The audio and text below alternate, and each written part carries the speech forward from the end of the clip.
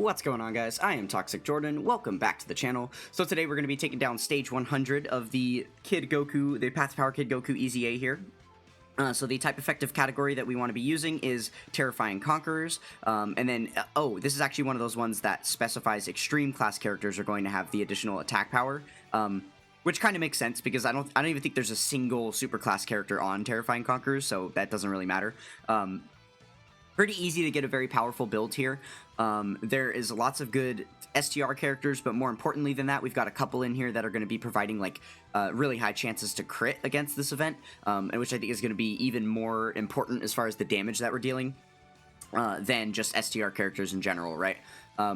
So yeah, this is definitely one of the easier EZAs that we've seen over time. I can't imagine that this video is going to get very many views. Usually the ones that get more views are the EZAs that are pretty tough to take down, right?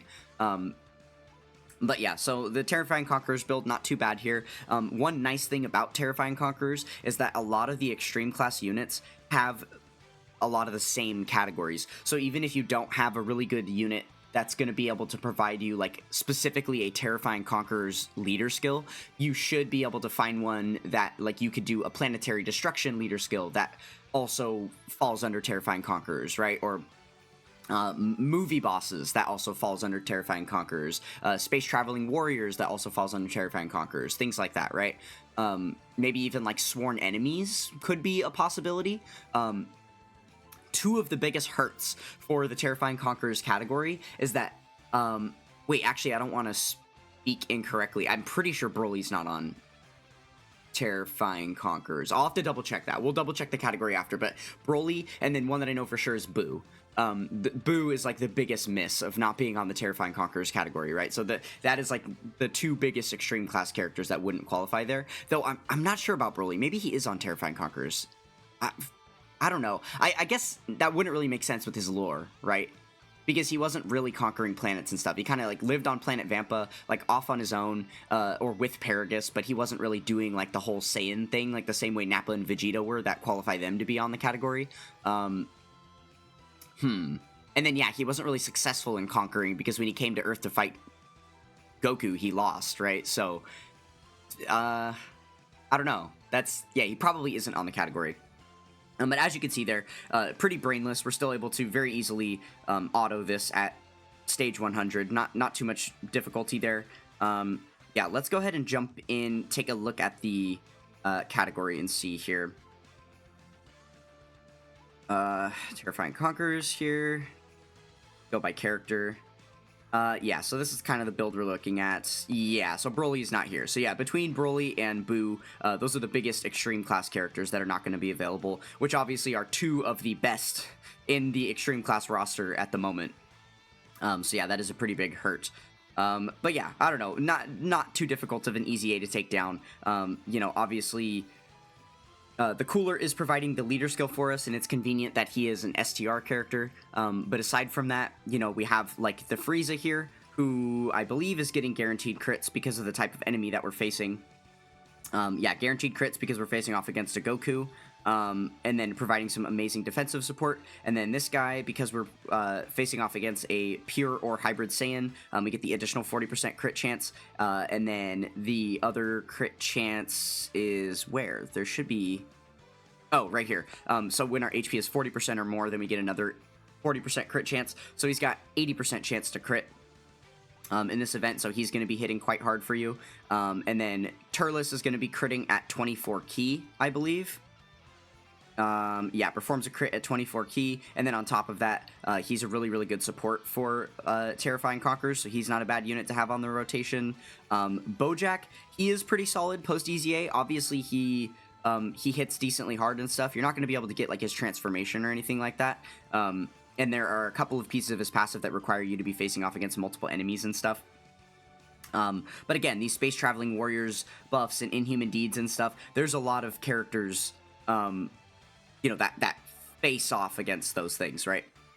Or that crossover between those categories that are going to allow him to get those buffs, even just on the Terrifying Conquerors build. So, yeah, pretty easy team build to make here for this event. I guess there isn't, honestly, too much else to say about it. We can go ahead and do one more run in here just so I can show you guys kind of how these things are going to be working out. against this event. But yeah, I could see this being one of those EZA stages that people get pretty high in. I guess turning auto off, we can do this a little bit more strategically. Maybe we can try and hunt for that 24 key for Turles there, if he even gets to attack, right? Yeah, I guess if we grab all of these AGL orbs, maybe the STR ones will drop on the left. Yeah.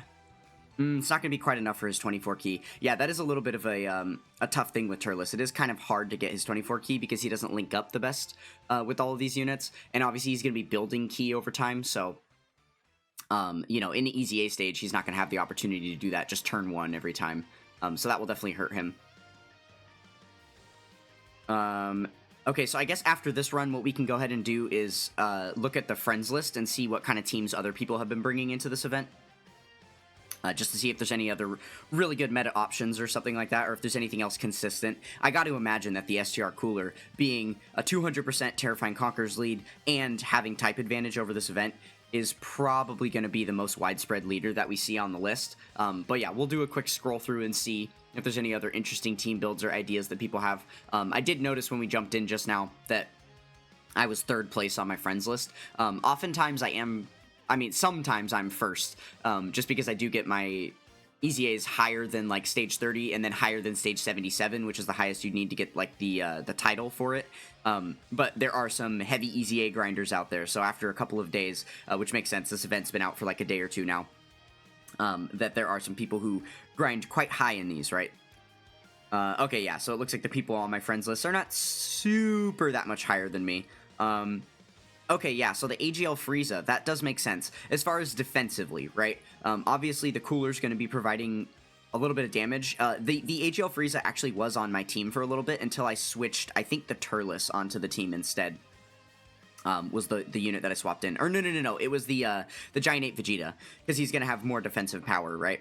But yeah, that does make sense, because this Frieza is a Terrifying Conquerors leader as well. So that's probably going to be a better team build overall for you.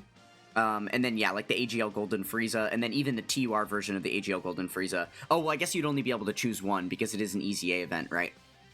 So you can't have two of the same named character. But yeah, I don't know. I can imagine 280 is not even capped out. You can probably get a lot higher in this EZA. Okay, so let's kind of scroll down here. So yeah, it seems like either the STR Cooler or the AGL Frieza is like the main teams people have been building. But I do just want to highlight this really quick. Let's take a look at the category again, and we'll do this. So we have Terrifying Conquerors selected. We're also going to, like, cross-reference with some other categories. So we'll do a full match between Planetary Destruction. Look how many units are here. There's still lots of options, right? Now, a lot of these units are duplicates because they're, like, same-named units and stuff, right? Like, if you were to select Golden Frieza, there's, like, 10 units here that are all that name. So there is less units here than it seems like there are, but there's still quite a bit. There's still enough to build a team with. Let's do Inhuman Deeds. There's still quite a few here. You could probably make an entire team build out of that. Let's see, Space Traveling Warriors is another really big Extreme Class one. Like, yeah, look how, this is almost the entire Terrifying Conquerors category is on Space Traveling Warriors, right? So, yeah, there's just lots and lots of team builds. And in fact, that might actually be a really good one, because you have Bojack, who is one of the stronger units for this EZA, having type advantage and just being really strong on his own. And he is a Space Traveling Warriors category lead, so that could end up being really relevant. Oh, honestly, and then you have Turles here, who is Space Traveling Warriors or Pure Saiyans. Yeah, he could be a really good lead for this as well. Movie Bosses is the last one that I wanted to look at. Terrifying Conquerors and Movie Bosses here. Yeah, and again, a large chunk of units to choose from here, right? So yeah, there are just countless options for this EZA. You definitely shouldn't have too much difficulty taking this EZA down.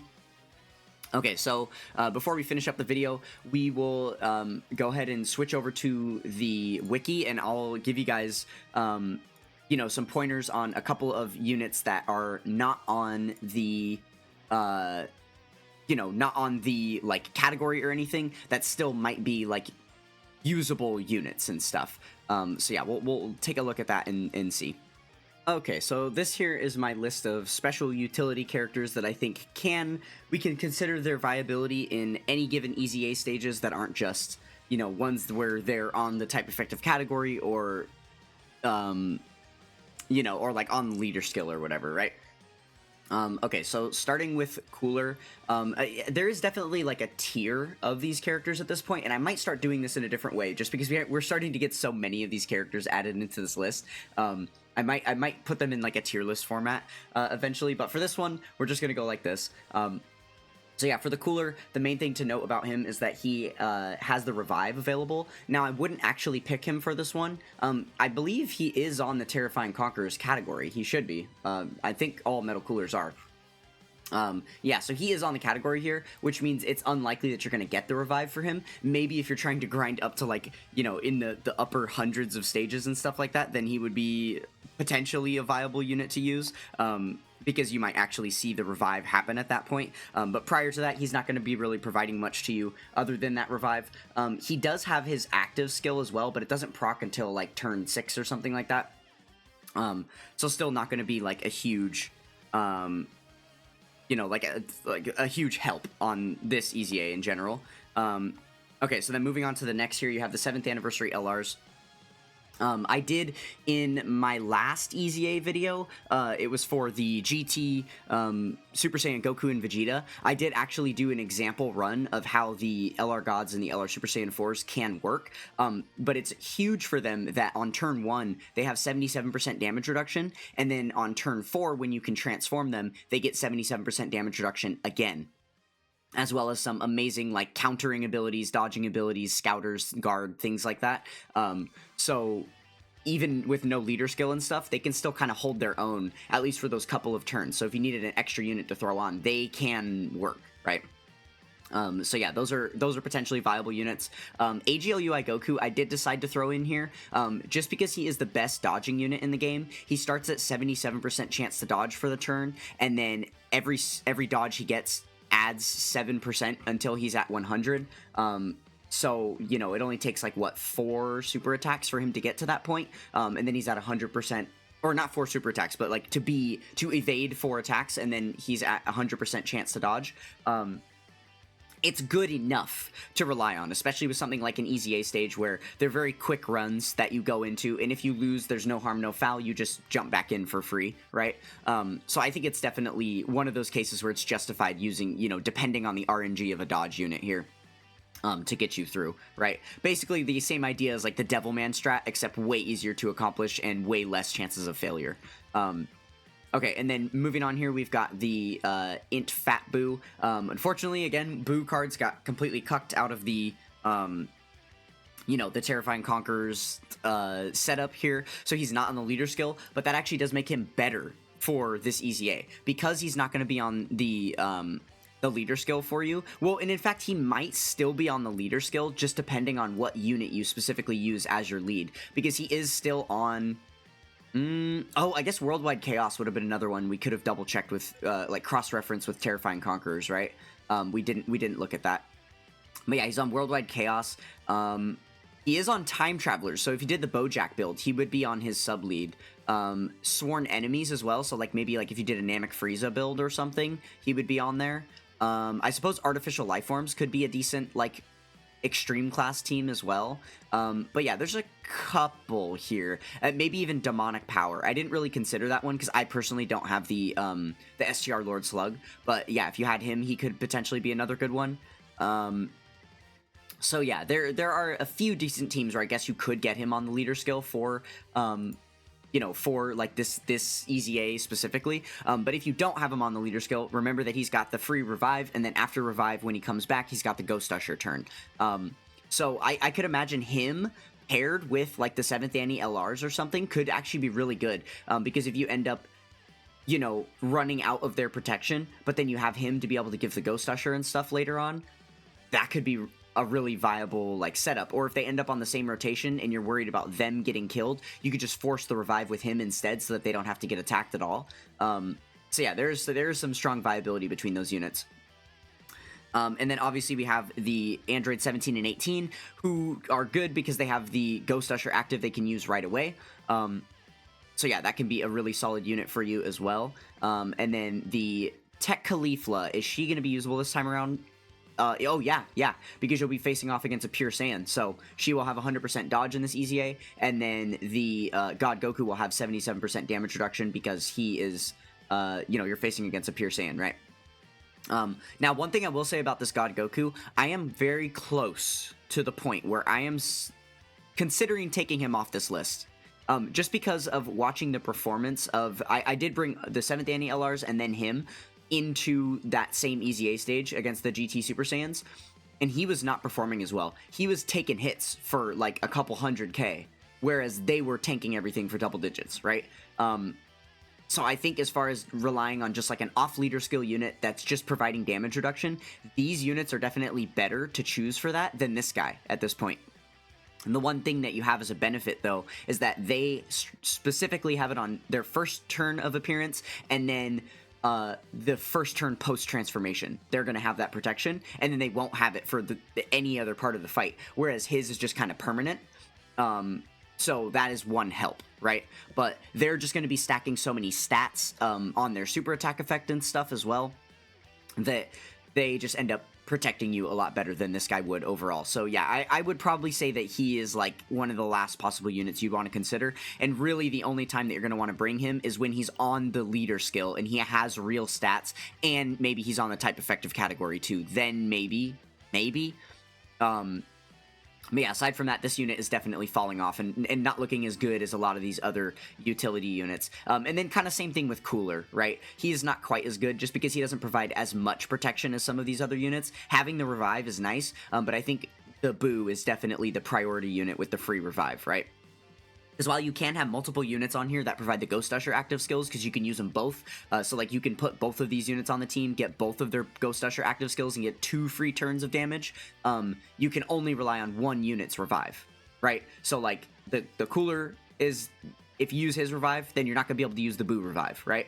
Oh, and then I guess the AGL UI also has a revive. You do have to start the turn below 70% HP, so that's one thing to consider. That's kind of hard to come by in an EZA, but I suppose if you're relying on these units because you're having a tough time beating it anyway, then yeah, maybe you could like bring the Tech God Goku to forcibly take some damage, like we were just talking about he takes, and then when you're below the 77 or the 70% HP threshold, then UI Goku's revive procs, and his revive is actually better because it'll be revives for any units on the team that get destroyed instead of just him, like the Boo and Cooler would have, right?